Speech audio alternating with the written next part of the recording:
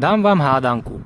Je to veľké SUV s benzínovým 8-valcom pod kapotou, s výkonom vyše 500 koní, so zrýchlením na stovku za 4,3 sekundy a obrovskou charizmou. No pozor, nie je to Mercedes, BMW a ani Audi. Čo je to? Veľa možností už neostalo. Jasné, je to Range Rover Sport P530. Auto, ktoré v našej redakčnej garáži nie je často a o to viac si ho užívame. Keď celý svet prechádza na elektrifikáciu, je veľmi príjemné mať pod kapotou plnokrvnú V8 s objemom 4,4 litra a výkonom cez 500 koní.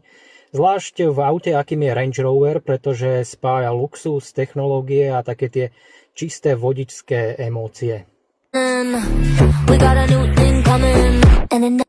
Vďaka aktívnemu podvozku, natáčaniu zadnej nápravy a perfektnej trakcii ma toto auto doslova baví šoférovať.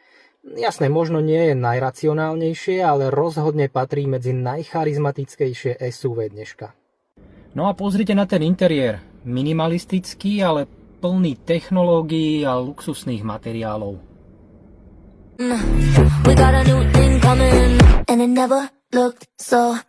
Komplexný test so všetkým, čo na tomto aute milujeme, čo by sme možno zmenili alebo doplnili, nájdete už onedlho v Automagazíne.